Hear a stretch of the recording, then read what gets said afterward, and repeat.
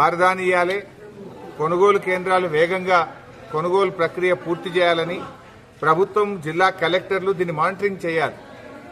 మంత్రులు పట్టించుకోవడం లేదు, జిల్లా కలెక్టర్లు పట్టించుకున్న పరిస్థితి లేదు. మార్కెట్ యార్డులకు అధికారులు రావడం లేదు. మార్కెట్లో రైతుల కష్టాల్ని వాళ్ళు చూస్తున్నటువంటి పరిస్థితి లేదు. రాష్ట్రంలో సగంకు పైగా మొక్కజొన్న కొనుగోలు కేంద్రాలు ఇప్పటికీ స్టార్ట్ కాలేదు. మక్క కొనుగోలు కేంద్రాలు స్టార్ట్ కాక చాలా చోట్ల పాపం 1600కు 1700కే రైతులు అమ్ముకుంటున్నారు.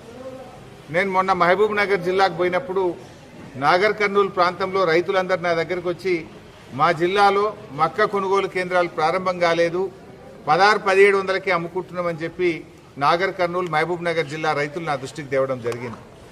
సో ప్రభుత్వం వెంటనే రాష్ట్ర వ్యాప్తంగా అన్ని మండలాల్లో మొక్కజొన్న కొనుగోలు కేంద్రాలు ప్రారంభించాలని, రైతుకు 2400 మద్దతు ధర వచ్చే విధంగా చూడాలని చెప్పి మేము ప్రభుత్వాన్ని డిమాండ్ చేస్తా ఉన్నాం.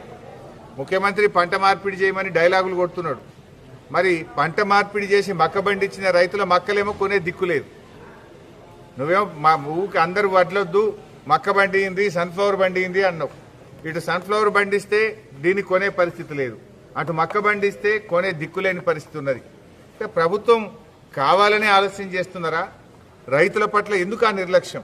ఇప్పుడు పంట చేతికి వచ్చింది, ఇదివరకు రైతు బంధు 1 ఎకరానికి వేసినావు, మిగతాది ఎప్పుడు వేస్తుందో ఇంకా తెలిసిన పరిస్థితి లేదు.